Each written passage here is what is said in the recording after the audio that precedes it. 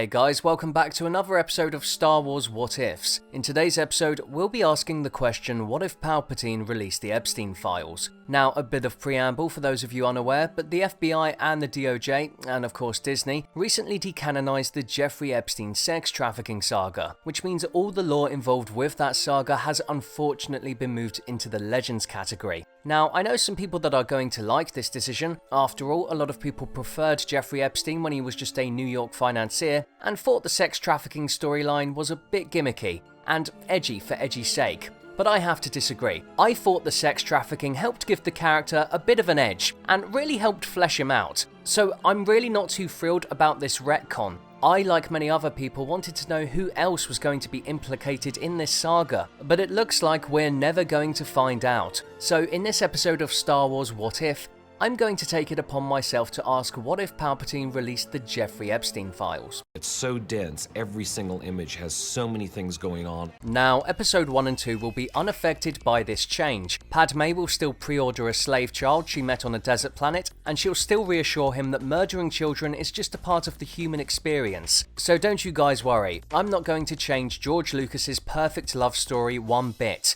I intend to keep his vision intact. So we're going to start with episode 3. Now, as we know, in episode 3, Palpatine has a plot that ultimately results in the death of the Separatist leaders and the Jedi, playing both sides and killing two birds with one stone. But Palpatine, being the devious, cunning manipulator that he is, would no doubt have multiple schemes under his belt. So in this timeline, instead of relying on Order 66 to wipe out the Jedi and sending Vader to kill the Separatist leaders, Palpatine is just going to release the Epstein files. After all, in the current canon, there are both powerful people tied to the Republican and Democrat Party that don't want the files to be released. So it stands to reason that the same goes for the Republicans and the Separatists. Key Republic figures such as Jedi Master Kid Fisto, Jedi Master Shag Teens, and C-Pedio are suspected by the general public to have been on Epstein Island. However, Republic propaganda insists that, look, it's a big galaxy, some people are just going to have unfortunate names, okay? Meanwhile, the Separatists also have key figures under scrutiny. Massage Temptress, Vice Bum Boys, and a pretty recent but no doubt fan favourite addition to the Star Wars lore, Darth Child Molester, are also suspects in the Epstein case. Again, it's like poetry, sort of they rhyme.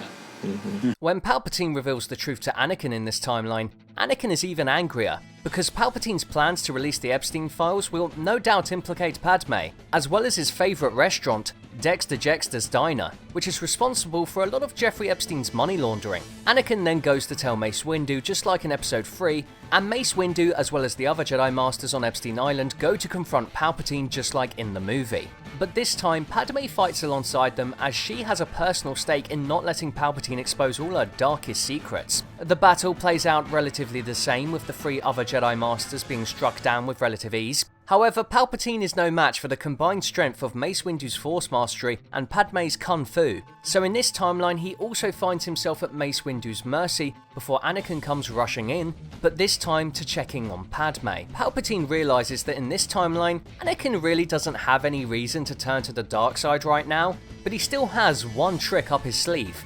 Anakin's a fucking idiot. Anakin, you must kill Padme in order to save Padme, Palpatine cries out desperately. Wait, what? Padme mutters before promptly being decapitated by Anakin. What the fuck? Mace Windu confusingly blurts out before Palpatine starts his assault with a powerful burst of Force lightning. Anakin, you have to kill Mace Windu. It's the only way to save Padme.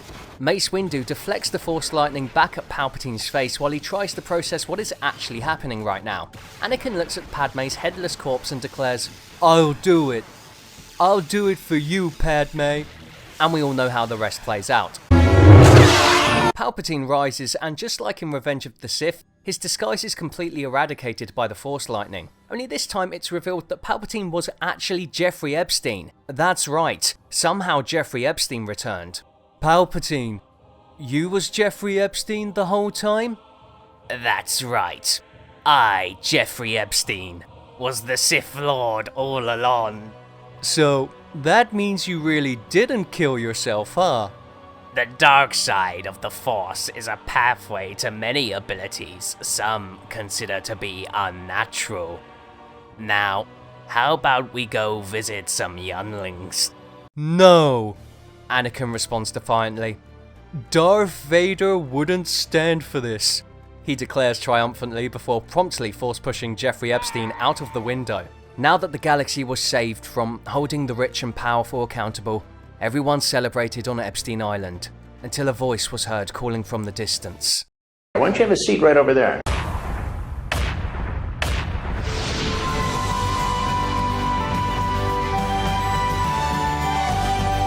Just to be clear, that was a joke. Please for the love of God, do not expect a part 2 to this video.